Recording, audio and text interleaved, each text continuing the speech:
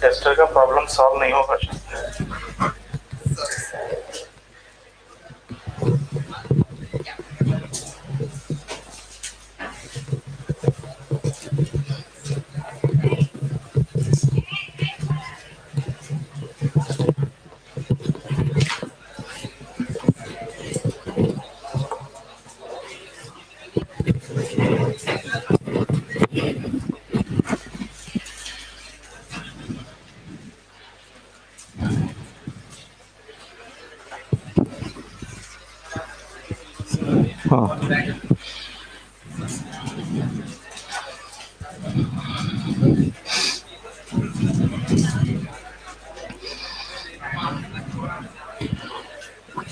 RNA interference completed. Yes. Any question in that?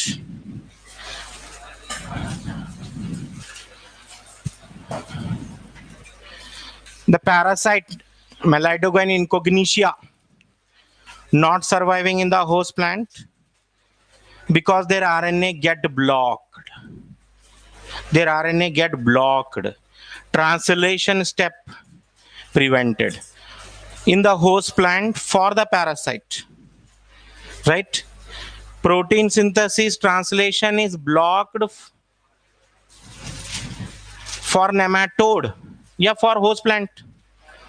Nematode की है ना प्रोटीन सिंथेसिस ब्लॉक करना है हमारे को, होस्ट प्लांट की प्रोटीन सिंथेसिस थोड़ी ब्लॉक करना है. So in RNA interference, our intention is to block the protein synthesis of nematode Melidogyne incognitia. Correct है? यस. और कहां पे doubt? BT cotton. BT cotton protoxin get activated at what pH? Alkaline pH found in midgut. Okay. Whether BT cotton is resistant from all pests. BT cotton is resistant from all pests. It is resistant from insects. BT cotton is resistant from 3 type of insects: Lepidopteran, Coleopteran, Dipteran. Okay चलिए अब हम जो है continue करने वाले हैं genetically engineered insulin. Genetically engineered insulin. Earlier insulin for diabetic patient. Earlier insulin for diabetic patient obtained from slaughtered cows and pigs. Earlier पहले insulin जो है ना डायबिटिक पेशेंट के लिए इंसुलिन स्लॉटर्ड काउज और पिग से निकालते थे. And it was causing non human insulin बोल सकते हैं इसको, है ना? नॉन ह्यूमन इंसुलिन, काउज और पिग्स का insulin. Non human insulin causing क्या करता था? इम्यूनोलॉजिकल रिएक्शन करता था बॉडी में. इम्यूनोलॉजिकल रिएक्शंस, allergies cause करता था. That means that insulin was safe or not safe? Not safe. And many people avoided taking such insulin even though they are diabetic हैं फिर भी नहीं ले रहे इंसुलिन. वो पहले ऐसा हुआ 1983 से पहले. In 1983 में क्या हुआ? American company Eli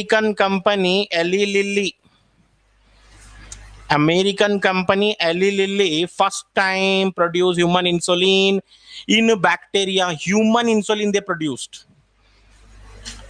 human insulin. अब क्वेश्चन ये है कि how they produce human insulin. They isolated two genes. They isolated two genes. Gene for A chain and a gene for B chain. They isolated two genes for insulin production. One gene for A chain, another gene for B chain. Eli Lilly company, how they made insulin for the first time? Question. So they made insulin. For making insulin, they isolated two genes. One is gene for A chain, another is gene for B chain. They separately ligated these genes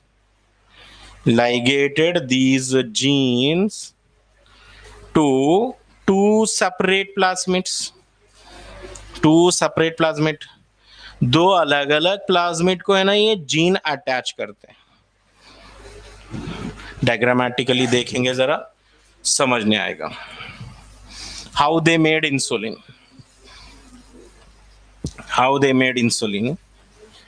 First of all, they isolated gene for A chain and gene for B chain.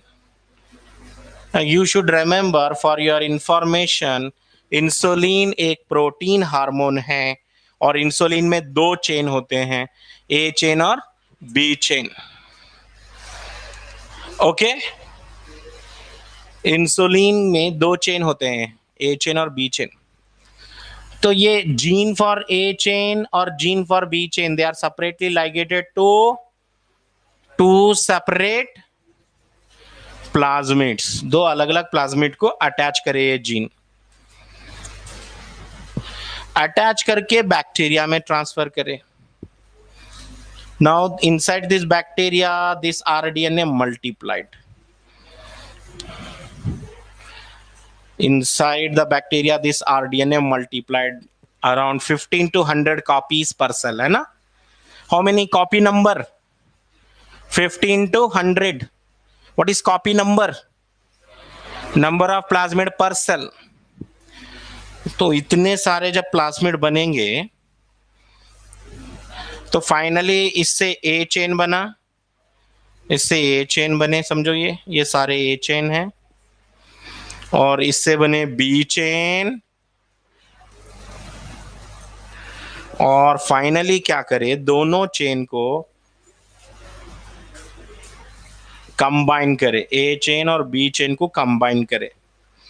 When the A chain and B chain are brought opposite to each other, then what happen? SS bonds are formed. Which bonds are formed? SS bonds. What are SS bonds? Disulfide bonds are formed. Insulin. This is what? Insulin, also called humulin. Human insulin produced by rDNA technology. Human insulin produced by rDNA technology is called humulin. याद रखो ये सारा diagram है लेकिन exam में statements. In 1983, American company Eli Lilly first time produced human insulin. For producing insulin, they isolated two genes. Gene for A chain, gene for B chain. They separately ligated to two separate plasmids, and then they are introduced into two separate host cells. Inside the host cell, the genes are producing protein chain. When both the A chain and B chain are brought together, disulfide bonds are formed.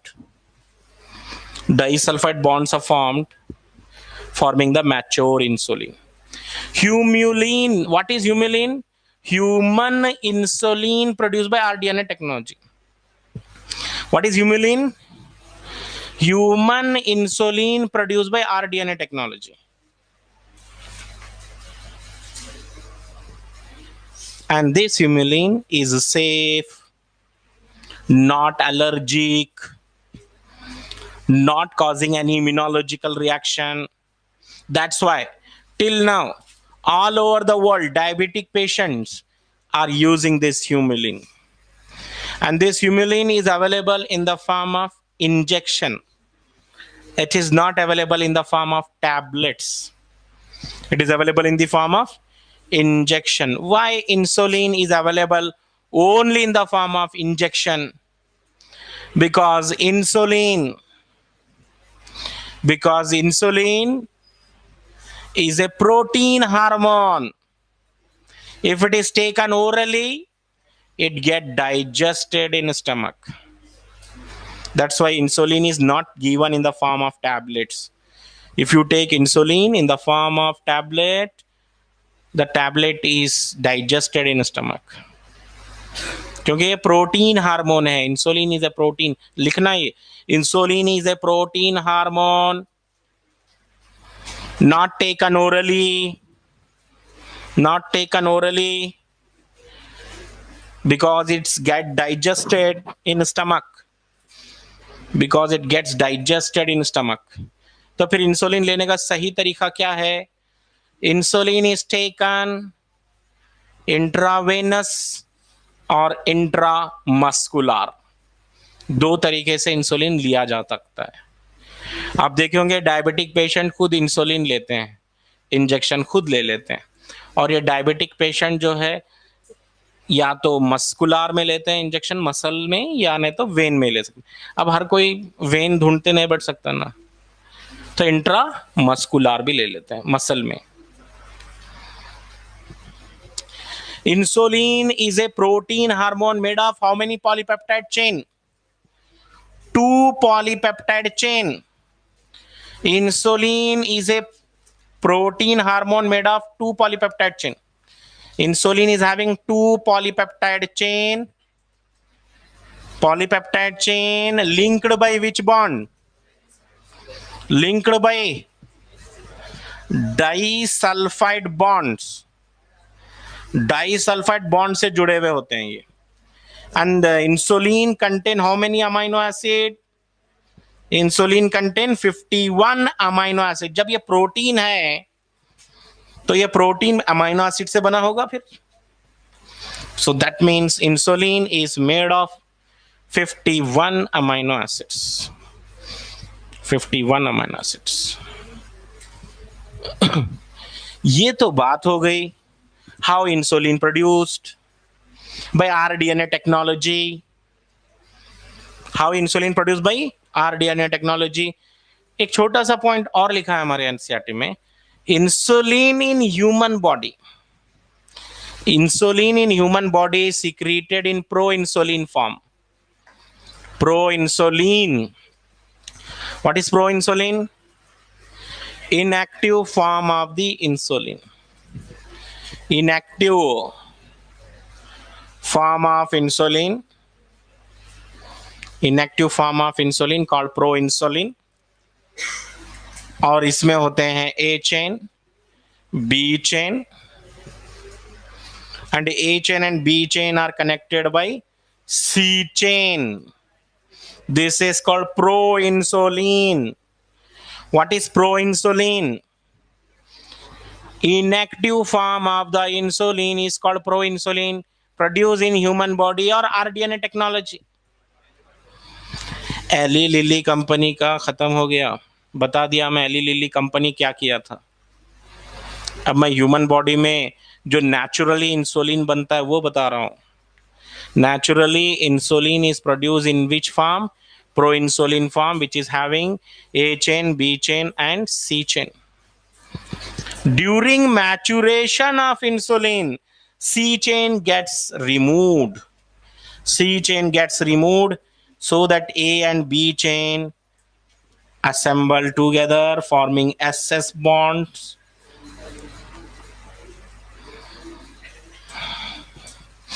C chain removed. Removal of C chain is called maturation of insulin. What is removal of C chain called? Maturation of insulin. Maturation of insulin is called removal of C chain. यहाँ पर मैं एक difficult question का discuss कर देता हूँ. What is maturation of insulin in rDNA technology?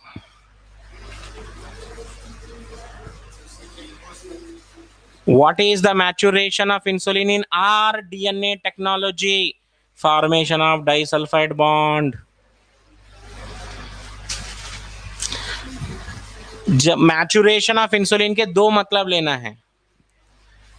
अगर Eli Lilly company में आरडीएनए टेक्नोलॉजी से इंसुलिन बना रहे हैं हम, तो वहां पर मैचुरेशन किसको बोलते हैं? डाइसल्फाइड बॉन्ड जो बन रहे हैं ना ए चेन और बी चेन के बीच में, that is maturation. And if insulin is produced inside our body and if C chain get deleted, what is called? Maturation of insulin. अगर क्वेश्चन पेपर में है what is maturation of insulin, तो आप बस इतना answer देना, removal of C chain. जब आप C chain डिलीट कर दिए इसका, तो यही है मैचुरेशन ऑफ इंसुलिन. ठीक है. अगर क्वेश्चन स्पेसिफिकली पूछ रहा है what is maturation of insulin in rDNA technology, तो वहां पे C chain होता ही नहीं. Whether Eli Lilly company has produced C chain, Eli Lilly company has produced only 2 chain, A chain B chain, दोनों को असेंबल करे, इंसुलिन रेडी. ठीक है, क्लियर है? यस, इतना याद रखना है. So inside human body, maturation of insulin refers to removal of C chain. One more application of this biotechnology in medicine is gene therapy. Gene therapy is future medical science. Future. In future, we are expecting treatment for many diseases become possible because of gene therapy. Diabetes, hemophilia, color blindness, all the gene disorders can be corrected in future because of gene therapy. Of course, gene therapy was first time done in 1990, but still researches are going on gene therapy, and scientists are trying to find out the treatment for all the type of gene disorder. Diabetes भी जो है gene defect है, insulin नहीं बन पा रहा body में. Diabetes का कोई ट्रीटमेंट नहीं है एट प्रेजेंट मेडिकल साइंस के पास. इंसुलिन इंजेक्शन जो है, it's not a treatment. Every day insulin has to be taken. It's not a treatment. Permanent cure जो बोलते हैं, that is possible by gene therapy. All those diseases which are caused due to defect in gene can be corrected by gene therapy. What is gene therapy? Replacement of defective gene by normal functional gene in embryonic life. In embryonic life, जब embryo बन रहा है, उस embryo में correction कर दो आप. Gene जो खराब है उसको हटा दो, नॉर्मल फंक्शनल जीन रख दो. The disease will be corrected forever. हमेशा हमेशा के लिए ट्रीटमेंट जीन थेरेपी. लेकिन ये मालूम होना ना, एम्ब्रियो में डिसीज है बोल के. एम्ब्रियो में डिसीज पता कर सकते हैं, अम्नियोसेंटेसिस. लेकिन अम्नियोसेंटेसिस तो इंडिया में बैन है, तो इसलिए रिसर्च में लैगिंग है हम लोग बहुत ज्यादा. क्योंकि हम सबसे ज्यादा क्या करते हैं?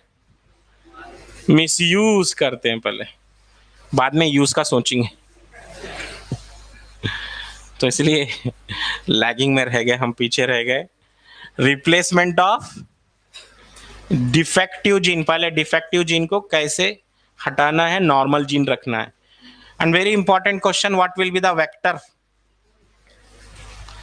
वेक्टर क्या होना चाहिए? Gene delivery system, postman. Vector किसको बोलता हूं मैं यहाँ पे? You can use retrovirus as a vector, or you can use adenovirus also as a vector. Retrovirus or adenovirus can be used as a gene delivery system. First gene therapy कब की गई? First gene therapy 1990 में हुआ. Doctor French Anderson ने किया था. Doctor French Anderson, first gene therapy 1990. Doctor French Anderson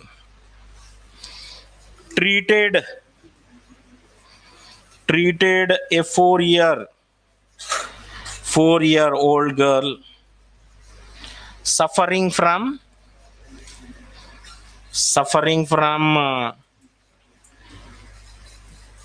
ADA deficiency.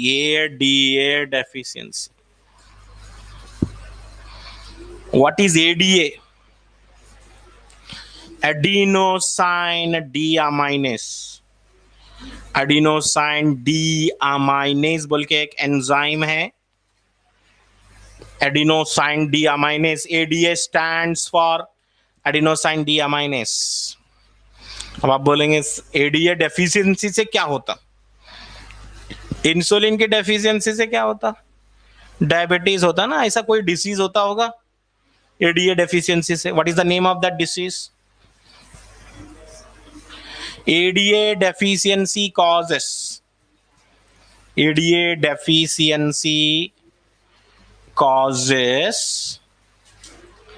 SCID. एक disease है SCID. What is SCID? Severe combined immunodeficiency.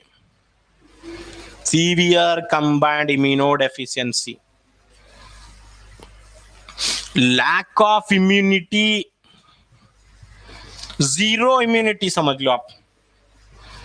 Lack of immunity, just imagine if immunity is not there,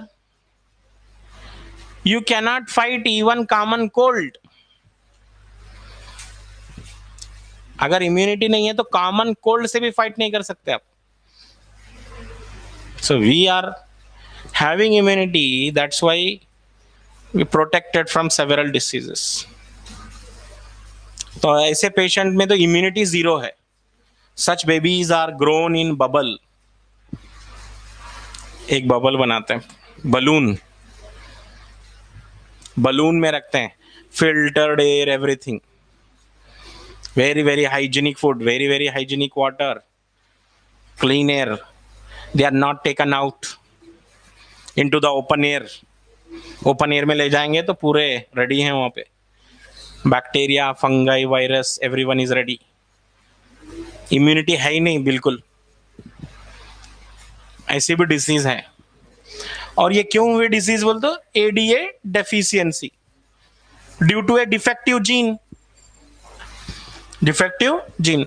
अब यहाँ पे treatment discuss करना है. Treatment, what should be the treatment for this ADA deficiency? How SCID are treated?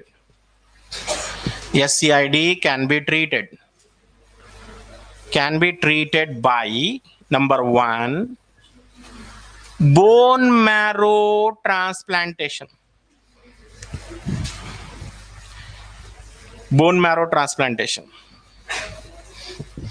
सबसे पहले आप बोलेंगे यहाँ पे बोन मैरो क्यों का ट्रांसफर कर रहे हैं, बोन मैरो क्यों कर रहे हैं? तो सुन लीजिए, ADA gene found in bone marrow में होते हैं. ADA जीन, समझे? बोन मैरो में होते हैं, इसलिए बोन मैरो ट्रांसप्लांटेशन करना. However, this method not permanent cure because bone marrow cells are not immortal. Not immortal, not immortal, not immortal मतलब बोन मैरो सेल की भी डेथ हो जाती है एक दिन। जो भी आप बोन मैरो ट्रांसफर करेंगे ना, वो कुछ दिन तक रहेगा, 1 ईयर, 2 ईयर, 3 ईयर, उसके बाद बोन मैरो सेल की डेथ हो जाती है। फिर एक बार बोन मैरो ट्रांसप्लांटेशन करो, फिर डोनर ढूंढो। तो ऐसे कितने बार लाइफ टाइम करेंगे? परमानेंट क्योर बताइए, परमानेंट क्योर चाहिए हमारा। ठीक है, पहले टॉक टाइम या मोबाइल में ऐसा कुछ वर्ड यूज करते थे, लाइफ टाइम बोलते थे। कितना है इसकी सर्विस बोल दो, लाइफ टाइम बोलते। समझ नहीं आता था मेरे को, लाइफ टाइम बोलते, लाइफ टाइम बोल तो खराब हो जाता फोन 1 ईयर 2 ईयर्स में। तो ऐसे ही है, bone marrow transplantation is not for life time. कभी भी बोन मैरो सेल की डेथ हो जाएगी, the patient should be ready for next round of bone marrow transplantation. It is not a permanent cure. तो उतना अच्छा नहीं है मेथड। दूसरा मेथड क्या है? Regular injection, regular injection of adenosine deaminase, regular injection of adenosine deaminase. ये भी मुझे नहीं लगता परमानेंट ट्रीटमेंट है ये। अगर पेशेंट भूल गया, समझो नीट वगैरह एग्जाम रहा, पेशेंट भूल गया, हाँ एग्जाम के टाइम में भूल गया, तो इम्यूनिटी 0 हो गई उसकी, तो मुश्किल है ना ऐसा। तो इसका मतलब ये ट्रीटमेंट भी परमानेंट नहीं है, रेगुलर इंजेक्शन भी सही नहीं दिख रहा। तो अब थर्ड मेथड क्या जाएंगे? थर्ड मेथड थोड़ा सा एडवांस हुआ। लिम्फोसाइट्स, कौन से लिम्फोसाइट निकालेंगे बाहर? टी लिम्फोसाइट बाहर निकालेंगे। T lymphocytes of patient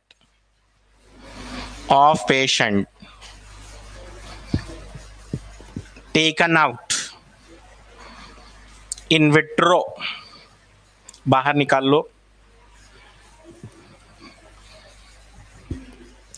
ADA cDNA, ADA gene का सीडीएनए बनाएंगे। अब थोड़ी देर रुक जाइए, cDNA, small letter cDNA, ADA cDNA delivered into lymphocytes, using retrovirus,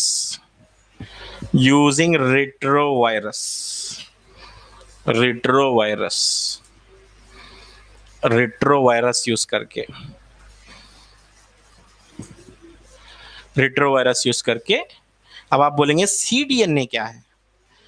अगर एमआरएनए से डीएनए बनाएंगे आप, एमआरएनए से डीएनए बनाएंगे तो क्या बोलेंगे?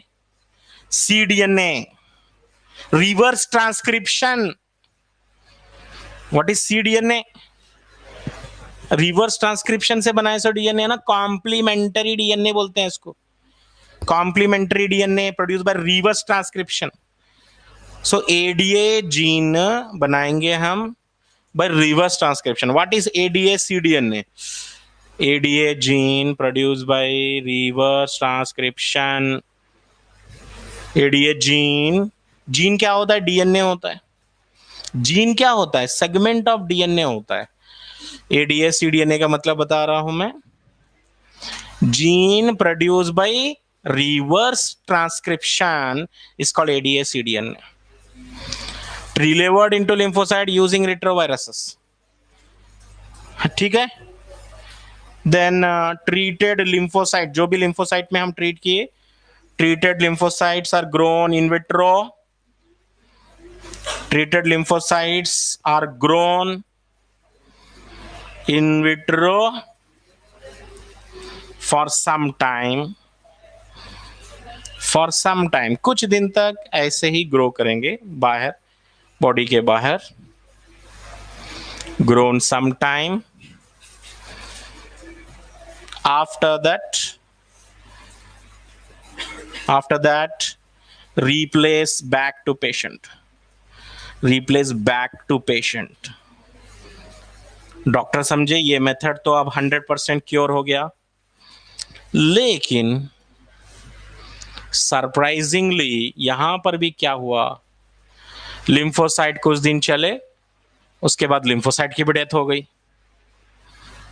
जैसे आरबीसी की डेथ होती है ना, सेम ऐसे ही lymphocytes also died after some time. That means this is also not a permanent cure. Whether this is a permanent cure, मैं आपको 3 मेथड डिस्कस किया। फर्स्ट बोन मैरो ट्रांसप्लांटेशन करेंगे बोला मैं, उसके बाद एंजाइम का इंजेक्शन देंगे रेगुलर, फिर लिम्फोसाइट बाहर निकाल के ट्रीटमेंट करके एडीए की जीन डाले हम, लेकिन परमानेंट क्योर नहीं है। लिखना इसके नीचे, however this is also not a permanent cure, this is also not a permanent cure, this is also not a permanent cure because lymphocytes are also not permanent cure because the lymphocytes are also not immortal. Not immortal मतलब इनकी भी death हो रही थी, lymphocytes की भी। हमारे को ऐसा मेथड चाहिए हमेशा हमेशा लाइफ टाइम के लिए क्योर हो जाना चाहिए, ठीक है। अगर ओरिजिनल कॉपी में मिस्टेक है और उसके हम जेरोक्स करा रहे हैं, तो करेक्शन कहां करना चाहिए, क्या जेरोक्स कॉपीज में? आप जेरोक्स कॉपीज 1000 आ गए, उसमें एक एक करेक्शन कर लेते बैठना, क्या ओरिजिनल कॉपी में करेक्शन करना? जितना जल्द हो गया उतना जल्दी ओरिजिनल कॉपी में करेक्शन कराना चाहिए, जितना जल्दी हो गया उतना जल्दी, ठीक है। तो इसलिए जीन थेरापी का परमानेंट क्योर कहां है? Fourth method, permanent cure for gene therapy is possible if it is carried out in embryonic stage। अगर आप एम्ब्रियोनिक स्टेज में जीन थेरापी करेंगे, इन एम्ब्रियोनिक स्टेज, तो परमानेंट क्योर हो जाएगा। Where is a permanent cure? In embryonic life. क्या पूरा birth के बाद जीन थेरापी करके फायदा नहीं है? मैं क्या बोला था आपको, परमानेंट क्योर होना है तो एम्ब्रियोनिक लाइफ में। That means we should have some technology to find out genetic problem, diseases during embryonic life. हाँ, और डॉक्टर डिसाइड करना चाहिए क्या टाइप का ट्रीटमेंट होना चाहिए, before birth only, after birth नहीं। ओरिजिनल कॉपी में मिस्टेक है तो ओरिजिनल कॉपी में ही करेक्शन करो, बर्थ के बाद करेक्शन करके फायदा नहीं है। कितना करेक्शन करेंगे आप? हमारे पास 10⁻13 सेल्स हैं, कितने सेल में करेक्शन करेंगे आप? 1000 सेल में करेंगे करेक्शन, 10,000 में करेंगे, 10⁻13 सेल्स हैं। ओरिजिनल कॉपी में मिस्टेक हुआ था ना, तो जाओ जाइगोट में ही करेक्शन कर लो। जाइगोट में पॉसिबल नहीं है तो 2 सेल्ड स्टेज में करो, 2 सेल्ड स्टेज में नहीं है तो 4 सेल में करो एटलीस्ट। नहीं वहां पे भी नहीं हुआ, 8 सेल में तो करो। 8 सेल में करेक्शन करना आसान है या 10⁻13 सेल में करना आसान है? 8 सेल में आसान है। तो अर्ली एम्ब्रियोनिक लाइफ में gene therapy is more successful. So this is about the gene therapy. Now coming to one more important topic, molecular diagnosis. Molecular diagnosis.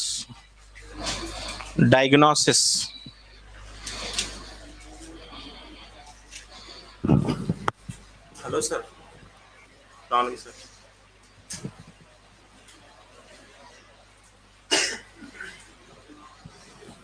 Ji sir, मैं क्लास में हूँ, क्लास के बाद हूँ क्या बोलो?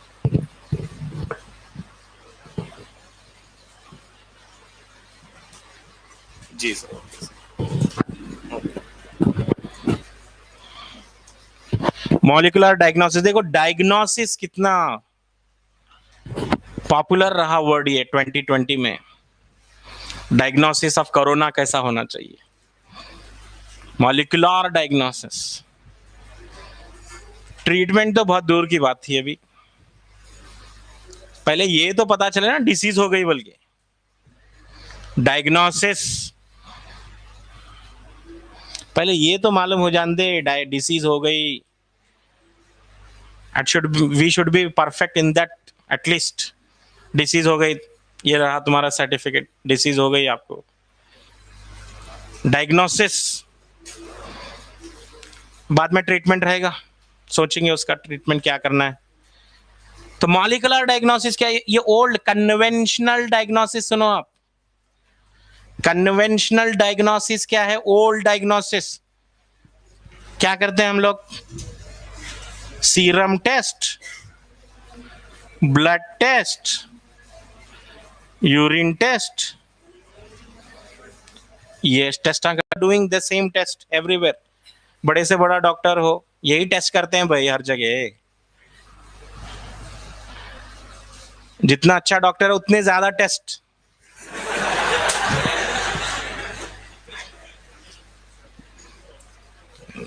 ठीक है, serum test, blood test, urine test, ये सब क्या है? Conventional diagnosis. ये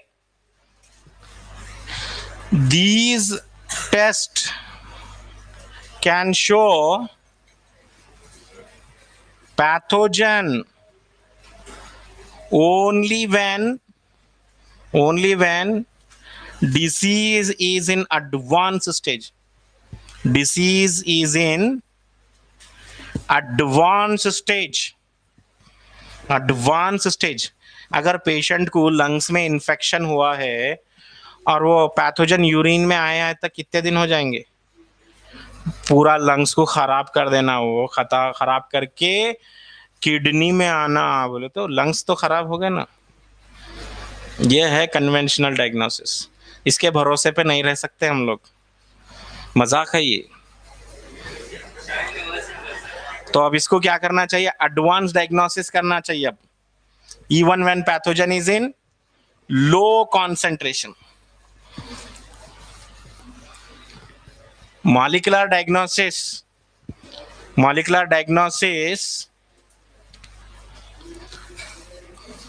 can detect pathogen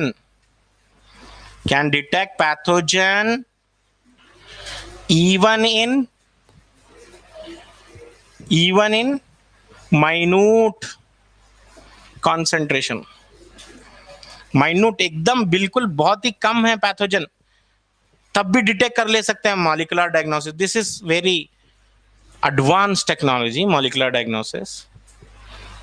और मॉलिक्यूलर डायग्नोसिस में क्या होता है ऐसे बोल तो, नंबर 1 पीसीआर कर सकते हैं हम यहाँ पर, आरडीएनए टेक्नोलॉजी कर सकते हैं, आरडीटी, आरडीएनए टेक्नोलॉजी का यूज कर सकते हैं हम इधर, एलिजा कर सकते हैं, एलिजा। ये सारे मेथड एडवांस मेथड हैं डायग्नोसिस के। लास्ट में देखो कोरोना का डायग्नोसिस कैसे था? पीसीआर से ही था। पीसीआर क्या है? पीसीआर का मतलब तो हम थोड़ा बहुत जानते हैं ना, पीसीआर का प्रोसीजर भी पढ़े, denaturation, annealing, primer extension. But question is how it help in diagnosis. Diagnosis में कैसे हेल्प कर रहा है? PCR can amplify the DNA of pathogen, even if very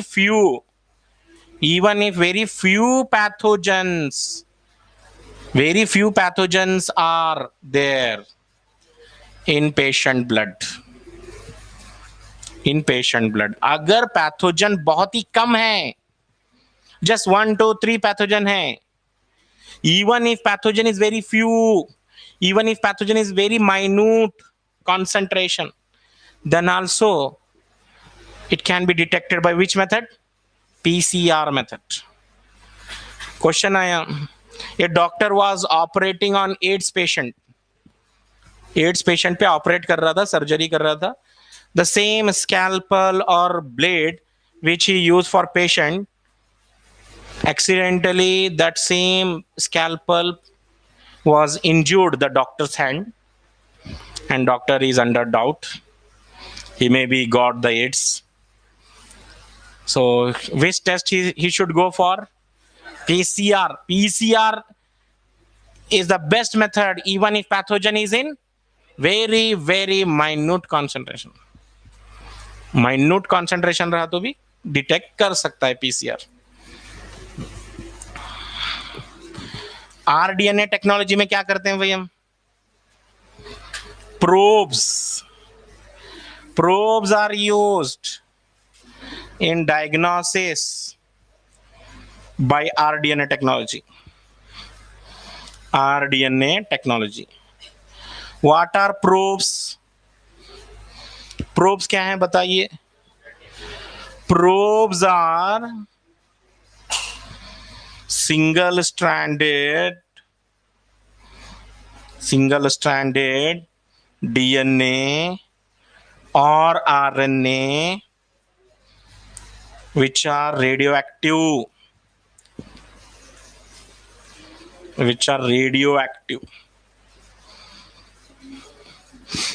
Probes are used in diagnosis by RDNA technology. और probe क्या है बोलते? Single stranded DNA है या आरएनए है विच आर रेडियोएक्टिव है. They are used to find out mutation. They are used to find out. Probes are used to find out mutation. किसी person में म्यूटेशन है या नहीं है मालूम करने के लिए प्रोब्स का इस्तेमाल करते हैं. सिंगल स्टैंडर्ड है, डबल स्टैंड है प्रोब? सिंगल स्टैंडर्ड है. Probes binds complementary to the normal. Probes bind complementary to the normal gene. Probes binds complementary to the normal gene.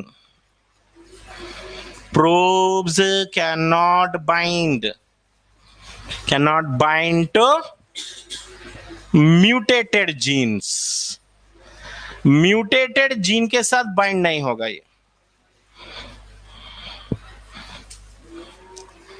समझे? अब जैसे ये पेन का कैप है, ये पेन का कैप है, अगर मैं ये दूसरे पेन का कैप इसको ट्राई करूं, जैसे कि ये पेन का कैप इसको ट्राई करूं मैं, तो बाइंड नहीं होगा ना बाइंड. सेम ऐसे ही प्रोब्स भी काम करते हैं. प्रोब्स नॉर्मल जीन से बाइंड करते हैं और प्रोब म्यूटेटेड जीन से बाइंड नहीं करते. अब प्रोब्स क्या है? रेडियो एक्टिव हैं. प्रोब्स आर रेडियो एक्टिव और non radio active? Radio active हैं. प्रोब्स रेडियो एक्टिव हैं. Probes can be detected by autoradiography. What is autoradiography? autoradiography क्या होता है बता सकते हैं कोई? Detection of radioactive material.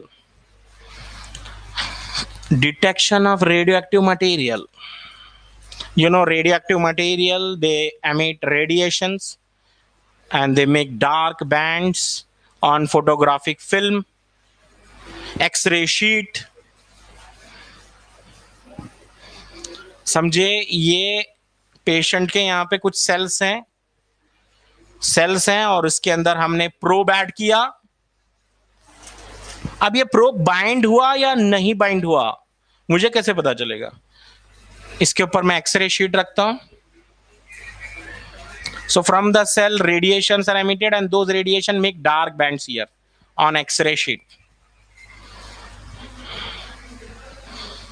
ठीक है। रेडियो एक्टिव मटेरियल डिटेक्ट करने का मेथड कौन सा है? ऑटो रेडियोग्राफी है। बस आप इतना याद रखो, प्रोब क्या है? Probes are single stranded RNA or DNA and they are radioactive and they form complementary base pairing. Sheet या ऑटो रेडियोग्राफी में जो डिटेक्शन होगा, it detect only binded DNA and it will not bind unbinded DNA। तो हम wash out कर देंगे, उसको washing कर देंगे।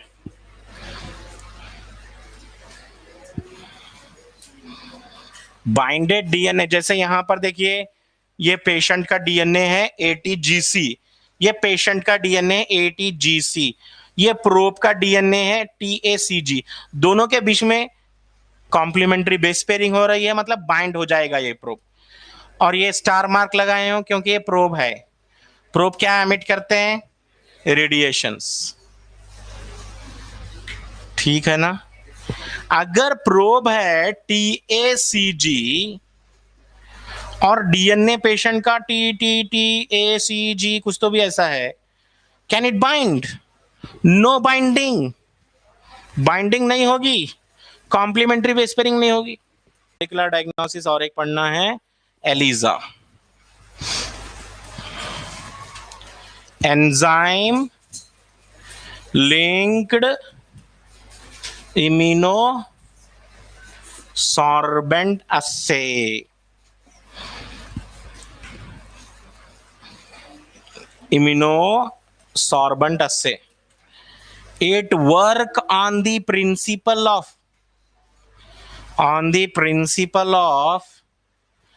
antigen antibody reaction। It work on the principle of antigen antibody reaction।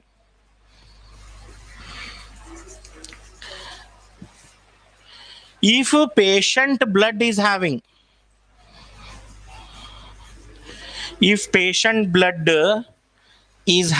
only antigen,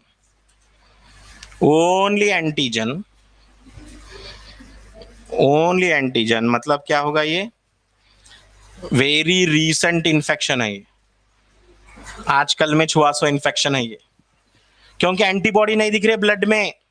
क्या दिख रहा है ब्लड में? If patient blood is having, अगर सिर्फ एंटीजन है तो very recent infection. If patient blood is having antibody,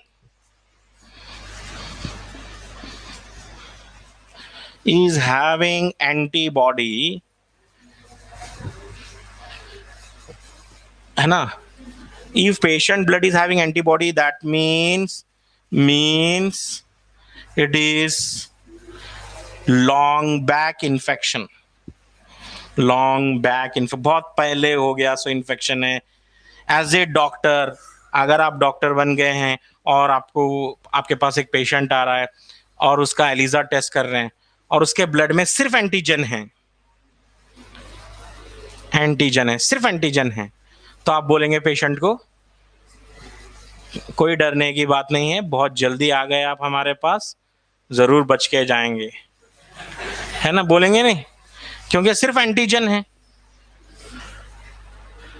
अब बहुत पास्ट इन्फेक्शन था, 15-20 डेज हो गए इन्फेक्शन होके, एंटीबॉडी भी दिख रहे हैं, वो भी कम दिख रहे हैं एंटीबॉडी, तो डरने की बात है। वेरी फ्यू एंटीबॉडीज दिख रहे हैं, पास्ट इन्फेक्शन है। So this is the principle of ELISA। And one more thing, you should remember the word pathophysiology। Pathophysiology क्या है? Pathophysiology, Altered physiology, after getting infection. देखो इन्फेक्शन हो गया, फीवर हो गया, तो आपको बहुत सारे चेंजेस दिखते हैं ना अपने आप में, बॉडी में बहुत सारे चेंजेस दिखेंगे। लॉस ऑफ एपेटाइट दिखेगा, टेम्परेचर ज्यादा दिखेगा, हार्ट बीट अलग दिख रहे हैं, ब्रीथिंग अलग हो गई है पैटर्न। तो ये अल्टर्ड फिजियोलॉजी को हम क्या बोलते हैं? पैथोफिजियोलॉजी। तो as a doctor you should know pathophysiology, कौन से डिसीज में क्या चेंज होता है, टाइफाइड में क्या होता है, मलेरिया में क्या होता है। Pathophysiology, altered physiology of host after getting infection. So in today's class we studied how the insulin was produced by Eli Lilly company, then how the gene therapy is carried out, how molecular diagnosis is carried out. ठीक है, ये 3 topics ही पढ़े हम। और एक जो है yes, Dr. French Anderson carried out first gene therapy successfully. First gene therapy was conducted by 4-year-old girl थी ना, वो फर्स्ट ट्रायल था जीन थेरापी का, वो लिम्फोसाइट मेथड से करे थे उसको, लेकिन पीरियोडिकली लिम्फोसाइट कल्चर करते रहना पड़ेगा। परमानेंट क्योर के लिए एम्ब्रियोनिक लाइफ में करना है।